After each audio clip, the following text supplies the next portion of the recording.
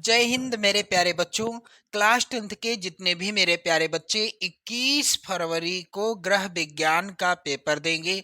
आज का यह वीडियो आप सभी के लिए काफ़ी ज़्यादा इम्पोर्टेंट रहेगा, क्योंकि इस वीडियो में मैं लेकर के आ चुका हूं आपकी बोर्ड परीक्षा 2026 के लिए गृह विज्ञान विषय का एक और वायरल मॉडल पेपर। जी हाँ मेरे प्यारे बच्चों, यदि आप इस वायरल मॉडल पेपर को तैयार करके जाते हैं तो आप बहुत अच्छा स्कोर करके आओगे अपनी बोर्ड परीक्षा में। ध्यान देना, समय आपको 3 घंटे 15 मिनट का मिलेगा। पेपर का पूर्णांक रहेगा 70 अंकों का, जिसमें से आपका टारगेट होना चाहिए 70 में 70 लाने का। क्लियर मेरे प्यारे बच्चों? यदि आप 70 में 70 लेकर आ गए तो बहुत अच्छी बात है। वैसे तो आएंगे, आपको मेहनत करना पड़ेगा इसके लिए। तो चलिए ध्यान दें, एक ये मॉडल पेपर आपका मार्गदर्शन कर सकता है। तो चलिए ध्यान दें, प्रारंभ के 15 मिनट आपको मिलेंगे प्रश्न पत्र पढ़ने के लिए, और सभी प्रश्न अनिवार्य हैं। जितने भी प्रश्न हैं सभी अनिवार्य हैं। प्रश्न पत्र 2 खंडों में विभाजित रहेगा, खंड आ में और खंड बा में। क्लियर? खंड आ में 1 अंक के 20 बहुविकल्पीय प्रश्न होंगे, जिनके उत्तर ओएमआर सीट में आपको भरना होगा। खंड आ में 1 अंक के 20 बहुविकल्पीय प्रश्न आएंगे और इन प्रश्नों का उत्तर आपको ओएमआर सीट में भरना होगा। खंड आ के बाद प्रत्येक प्रश्न का निर्देश पढ़कर केवल प्रदत्त ओएमआर उत्तर पत्रक पर ही उत्तर चिन्हित करिएगा। ओएमआर उत्तर पत्रक पर उत्तर देने के पश्चात उसको काटना नहीं है, ना ही इरेजर या व्हाइटनर का प्रयोग करना है। ऐसा कुछ भी नहीं करना। यदि आपने ओएमआर शीट में उत्तर भर दिया, उसके बाद आप उसे इस तरह से काट नहीं सकते और ना ही उसमें व्हाइटनर या इरेजर लगा सकते हैं। क्लियर? प्रश्न के अंक उसके सम्मुख अंकित हैं। कौन सा प्रश्न कितने नंबर का है, इसका भी विवरण आपको देखने को मिलेगा। खंड बा 50 अंकों का होगा, जिसमें वर्णनात्मक प्रश्न आएंगे। और मेरे प्यारे बच्चों, ये वर्णनात्मक प्रश्न जो होंगे, इनका आपको उत्तर बोर्ड परीक्षा की कॉपी पर लिखना होगा। खंडवा में सभी प्रश्नों के उत्तर एक साथ ही करिएगा। प्रथम प्रश्न से आरंभ कीजिएगा तथा अंतिम प्रश्न तक करते जाइएगा। जो प्रश्न ना आता हो उस पर समय नष्ट ना कीजिएगा। क्लियर? अब मेरे प्यारे बच्चों ध्यान दें, खंड आ निर्देश दिया गया है। प्रश्न संख्या 1 से 20 बहुविकल्पीय प्रश्न हैं। प्रत्येक के 4-4 वैकल्पिक उत्तर दिए गए हैं। उनमें से सही विकल्प चुनकर ओएमआर सीट में गोले को काला करें। क्लियर मेरे प्यारे बच्चों? सबसे पहला और सबसे इंपॉर्टेंट प्रश्न, यह अप्रत्यक्ष आय है। इनमें से अप्रत्यक्ष आय क्या है? तो राइट आंसर क्या होगा मेरे प्यारे बच्चों? इस प्रश्न का राइट आंसर होगा निःशुल्क आवास। निःशुल्क आवास है अप्रत्यक्ष आय का उदाहरण। बाकी जमा धनराशि का जो ब्याज मिलता है, ये प्रत्यक्ष आय है। वेतन भी प्रत्यक्ष आय है और कृषि से प्राप्त आय भी प्रत्यक्ष आय है। लेकिन जब आप सरकारी नौकर होते हैं और आपको रहने के लिए निःशुल्क आवास मिलता है, घर मिलता है, ये होता है अप्रत्यक्ष आय का स्रोत। क्लियर? दूसरा प्रश्न है, पर्यावरण प्रदूषण का प्रभाव पड़ता है। इस प्रश्न के विकल्प हैं जन स्वास्थ्य पर, व्यक्तिगत कार्य क्षमता पर, आर्थिक जीवन पर या उपर्युक्त सभी पर। राइट आंसर होगा उपर्युक्त सभी पर। अगला प्रश्न है, संक्रामक रोगों से बचाव किया जा सकता है। तो संक्रामक रोगों से किस तरह से बचाव किया जा सकता है? संतुलित आहार द्वारा, नियमित व्यायाम द्वारा, प्रातःकाल धूप में बैठकर या टीकाकरण द्वारा। तो संक्रामक रोगों से यदि बचाव करना है तो इसके लिए टीकाकरण विधि अपनाई जानी चाहिए। अगला प्रश्न है, नेत्रों के लिए कौन सा पौष्टिक तत्व आवश्यक है? तो नेत्रों के लिए कौन सा पौष्टिक तत्व आवश्यक होता है मेरे प्यारे बच्चों? Vitamin A. डी वाला ऑप्शन सही होगा। हमारी आंखों के लिए विटामिन ए सबसे ज्यादा आवश्यक माना जाता है। क्लियर? चलिए अगला प्रश्न यहाँ पर ध्यान देना। आप सभी लोग कह रहा है कि 1 ग्राम में होते हैं। तो 1 ग्राम में क्या होते हैं? 1 ग्राम में होते हैं 10 डेसीग्राम। यहाँ पर बी वाला ऑप्शन सही होगा। क्लियर? अगला प्रश्न है मेरे प्यारे बच्चों, वर्षा का जल होता है तो वर्षा का जल होता है किस तरह का? शुद्ध होता है। ऑप्शन ए सही होगा। प्रश्न संख्या 7 है, नील का प्रयोग किस वस्त्र पर करते हैं? तो नील का प्रयोग कहाँ किया जाता है? सफेद सूती वस्त्रों पर नील का प्रयोग किया जाता है। प्रश्न संख्या 8 है, भोजन पकाने की कौन सी विधि पौष्टिक तत्वों को सुरक्षित रखती है? तो भोजन पकाने की कौन सी विधि पौष्टिक तत्वों को सुरक्षित रखती है? यहाँ पर ए वाला ऑप्शन सही होगा। भाप द्वारा पकाने से हम भोजन के अंदर उपस्थित पौष्टिक तत्वों को सुरक्षित रख सकते हैं। क्लियर। अगला है, कार्बनिक पदार्थों के जलने से कौन सी गैस बनती है? तो कार्बनिक पदार्थों के जलने से कार्बन डाइऑक्साइड गैस बनती है। यहाँ पर डी वाला ऑप्शन सही होगा। प्रश्न संख्या 10 है, फेफड़ों की क्रियात्मक या प्रकार्यात्मक इकाई है। तो यहाँ पर इसका राइट आंसर क्या होगा? वायु कोश। अगला प्रश्न है, कौन सा अंग श्वसन तंत्र का भाग नहीं होता? तो इनमें से कौन सा अंग है जो श्वसन तंत्र का भाग नहीं है? यकृत। नाक, फेफड़े और श्वास नली ये सभी श्वसन तंत्र के भाग हैं, लेकिन यकृत जो है ये श्वसन तंत्र का भाग नहीं है। प्रश्न संख्या 12 है, बर्फ की टोपी का प्रयोग होता है। तो बर्फ की टोपी का प्रयोग किस लिए किया जाता है? ठंडी सेंक देने के लिए। जब किसी को तेज ज्वर या तेज बुखार आ जाता है तब उसे ठंडी सेंक देने के लिए बर्फ की टोपी का प्रयोग किया जाता है। प्रश्न संख्या 13 है, शरीर का तापमान देखने का अल्पतम समय क्या है? तो मेरे प्यारे बच्चों 2 से 3 मिनट। यहाँ पर बी वाला ऑप्शन सही होगा।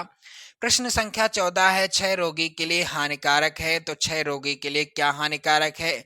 यहाँ पर ध्यान दीजिएगा, क्षय रोगी के लिए कि मसालेदार भोजन हानिकारक होता है। पूर्ण तरल आहार, यहाँ पर आप लोग ध्यान दें, आहार होगा, थोड़ा मिसप्रिंट है, मैं क्लियर कर दूं। पूर्ण तरल आहार क्या है? तो यहाँ पर दूध हो जाएगा राइट आंसर। अगला प्रश्न है, पारिवारिक आवश्यकताओं की पूर्ति के लिए उपयोग किए जाने वाले धन को क्या कहते हैं? तो पारिवारिक आवश्यकताओं की पूर्ति के लिए जो धन उपयोग में लाया जाता है उसे क्या कहते हैं? पारिवारिक बचत कहते हैं। यहाँ पर सी वाला विकल्प सही होगा। क्लियर। अगला है प्रश्न, खाने का सोडा मिलाकर पकाने से खाद्य सामग्री का नष्ट होने वाला पौष्टिक तत्व कौन सा है? तो यहाँ पर विटामिन बी हो जाएगा राइट आंसर। पारिवारिक बजट का मुख्य घटक नहीं है, तो यहाँ पर सी हो जाएगा इसका सही विकल्प। शुद्ध जल में अभाव होता है, तो शुद्ध जल में किसका अभाव होता है? रंग का, गंध का, स्वाद का या उपयुक्त सभी का? तो डी वाला ऑप्शन सही होगा। अगला प्रश्न है, मक्खियों द्वारा फैलने वाला रोग कौन सा है? तो मक्खियों के द्वारा हैजा रोग फैल जाता है। यहाँ पर ये विकल्प सही होगा। चलिए इसके बाद आप देखेंगे खंड बा, जिसमें प्रश्न इस तरह के पूछे जाएंगे। निर्देश दिया है, प्रश्न संख्या 21 से 26 अति लघुत्तरीय हैं। प्रत्येक प्रश्न का उत्तर अधिकतम 25 शब्दों में लिखना है और प्रत्येक प्रश्न आएगा 2 नंबर का। क्लियर। और ये सभी प्रश्न आपकी बोर्ड परीक्षा 2026 के लिए सबसे ज्यादा इंपॉर्टेंट हैं, यानी 21 फरवरी को यहाँ से प्रश्न जरूर छपेंगे। तो पारिवारिक बचत के क्या उद्देश्य हैं? पारिवारिक बचत के उद्देश्य क्या हैं? चलिए इसका उत्तर आपको कैसे लिखना है। मेरे प्यारे बच्चों, यहाँ पर ध्यान देना, इस प्रश्न का उत्तर ये रहा। इस तरह से आप लोग लिखिएगा, पारिवारिक बचत के उद्देश्य क्या है। पहला उद्देश्य है वृद्धावस्था में सहायता। यदि आपने बचत की है तो जब आप बुढ़े हो जाओगे तब वह धन यानी की गई बचत आपकी सहायता करेगी। राष्ट्र के विकास में भी सहायता या सहायक हो सकती है। जीवन स्तर उठाने में भी सहायता मिलती है यदि आपने बचत की है। आश्रितों की सहायता कर सकते हैं और भविष्य के आकस्मिक संकट में भी आप सहायक हो सकते हैं। क्लियर। चलिए अगला प्रश्न है, आदर्श कुआं किसे कहते हैं? ये प्रश्न कई बार बोर्ड परीक्षा में आ चुका है। चलिए इसका उत्तर कैसे लिखना है। आदर्श कुआं उसे कहते हैं जिसकी दीवारें पक्की होती हैं और कुएं के ऊपर छावनी होती है। इसका पानी साफ होता है क्योंकि जल अंदर से रिस रिस कर आता है। क्लियर। अगला प्रश्न है मेरे प्यारे बच्चों, बाटुलिज्म भोज्य विषाक्तता के क्या कारण हैं? तो यहाँ पर इसका उत्तर क्या हो जाएगा? प्रश्नोत्तर संख्या 23। बाटुलिज्म विषाक्तता के रूप में भी जाना जाता है। यह एक दुर्लभ और गंभीर बीमारी है जो एक जीवाणु क्लोस्ट्रीडियम बोटेलिनम संक्रमण के कारण होती है, जो भोजन के माध्यम से या घावों के माध्यम से होता है। क्लियर। चलिए अगला प्रश्न है, अस्थि की टूट से आप क्या समझते हैं? तो यहाँ पर इसका राइट आंसर क्या होगा? जब किसी प्रत्यक्ष या अप्रत्यक्ष चोट के कारण शरीर की कोई हड्डी टूट जाती है तो उसे अस्थि भंग कहते हैं। इसके बाद अगला प्रश्न संख्या 25 है, चिकनाई या तेल का धब्बा किस प्रकार छुड़ाया जा सकता है? तो इसका उत्तर क्या हो जाएगा? घी या तेल लगे वस्त्रों को साबुन या गर्म पानी से धोने पर यह धब्बा आसानी से निकल जाते हैं। अगला प्रश्न मेरे प्यारे बच्चों लघुत्तरीय प्रश्न है और यहाँ पर ध्यान दीजिएगा, इसका उत्तर क्या होगा? निर्देश ध्यान दें। प्रश्न संख्या 27 से 31 तक लघुत्तरीय हैं। इनके उत्तर अधिकतम आपको 50 शब्दों के अंतर्गत लिखना है। क्लियर। तो प्रश्न संख्या 27 और ये प्रत्येक प्रश्न आएगा कितने नंबर का? 4 नंबर का। 9% साधारण वार्षिक ब्याज की दर से 9,000 का 4 वर्ष का ब्याज कितना होगा? चलिए ध्यान दें, इसको कैसे सॉल्व करेंगे हम लोग। प्रश्नोत्तर संख्या 27। मूलधन कितना है? 9,000 रुपया है। और मेरे प्यारे बच्चों दर कितनी है? आप लोग ध्यान दीजिएगा, दर है यहाँ पर 9%। समय है 4 वर्ष। साधारण ब्याज बराबर एक सूत्र होता है, आप लोग याद कर लेना। मूलधन, यहाँ पर मैं आपको पूरा नहीं लिखूंगा, सॉरी, आप लोग पूरा देख लें। मूलधन गुणे दर गुणे समय और बटे 100, इसे बटे कहते हैं। तो मूलधन है हमारा 9,000, दर है 9%, समय है 4 वर्ष और इसके नीचे 100 होगा। एक जीरो यहाँ कटेगा तो एक यहाँ, एक यहाँ तो एक यहाँ। 90 गुणे 9 गुणे 4। तो आप लोग ध्यान दें, 90 को हम 9 से गुणा करेंगे तो क्या आएगा? 9 का पहाड़ा जीरो में जीरो आ जाएगा, 9 9 81 हो जाएगा। क्लियर। अब 810 को हम किससे गुणा करेंगे? 4 से।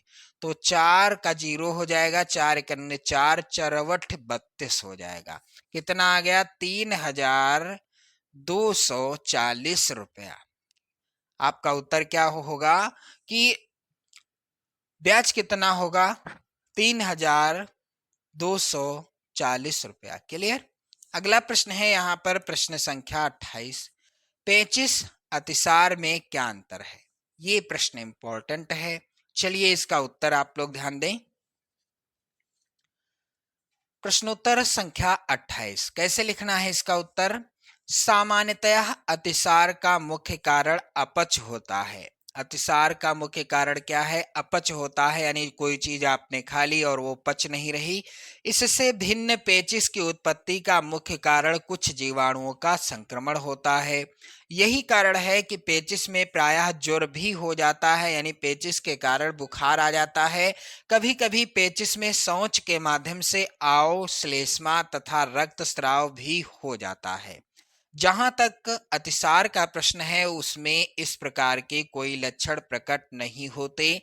अतिसार की दशा में प्रायः बच्चों को अधिक संख्या में तथा पतले दस्त होते हैं, जिससे बच्चा प्रायः कमजोर होने लगता है। ये अंतर है पेचिश और अतिसार में। अगला प्रश्न मेरे प्यारे बच्चों है, मियादी बुखार के रोगी की पोषणीय आवश्यकताओं का संक्षिप्त विवरण दीजिए। 4 नंबर का ये प्रश्न है।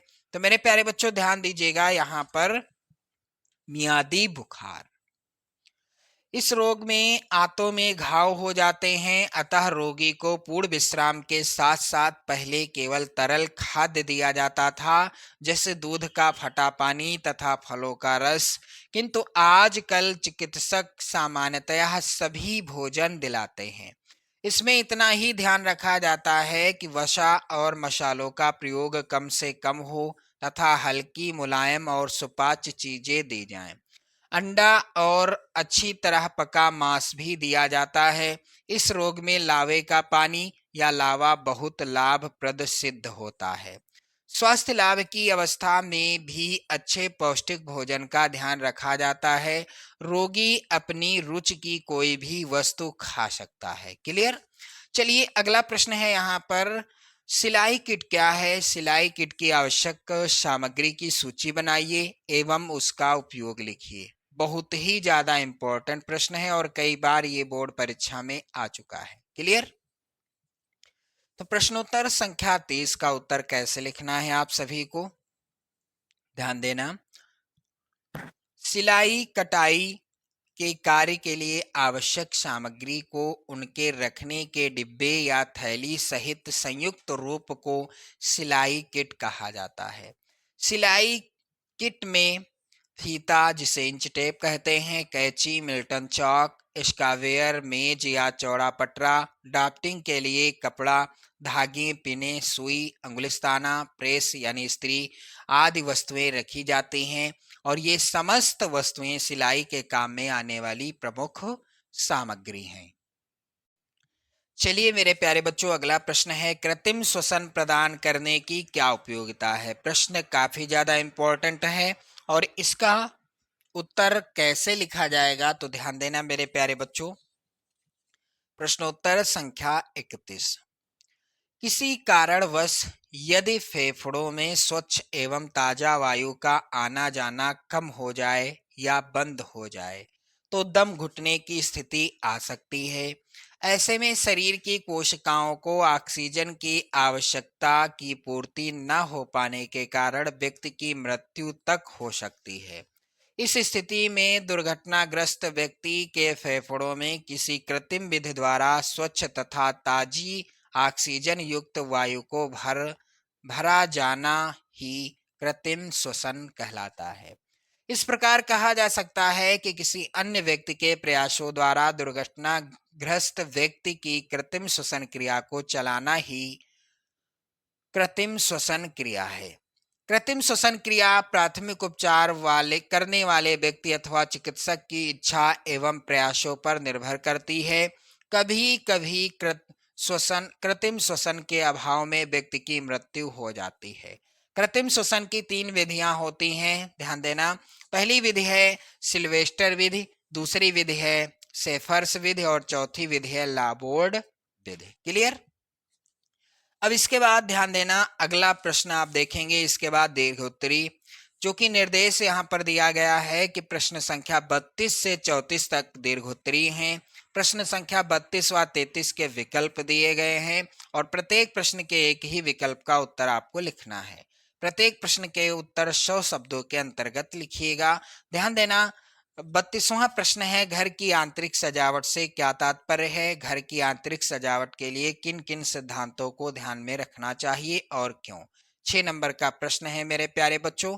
और अगला प्रश्न है बेबी फ्रॉक के लिए मानक नाप होगा यहाँ पर लिखिए एवं फ्रॉक की ड्राफ्टिंग कीजिए। क्लियर? अगला प्रश्न है वायु प्रदूषण के कारण व रोकथाम के उपाय लिखिए, ये भी 6 नंबर का प्रश्न आएगा। अथवा में प्रश्न है पाक क्रिया का पौष्टिक तत्वों पर क्या प्रभाव पड़ता है, विस्तार पूर्वक व्याख्या कीजिए। क्लियर? तो इस तरह का पेपर आएगा आपकी बोर्ड परीक्षा 2026 का।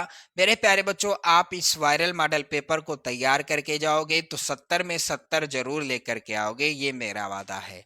तो वीडियो को लाइक शेयर कर दीजिएगा। जय हिंद।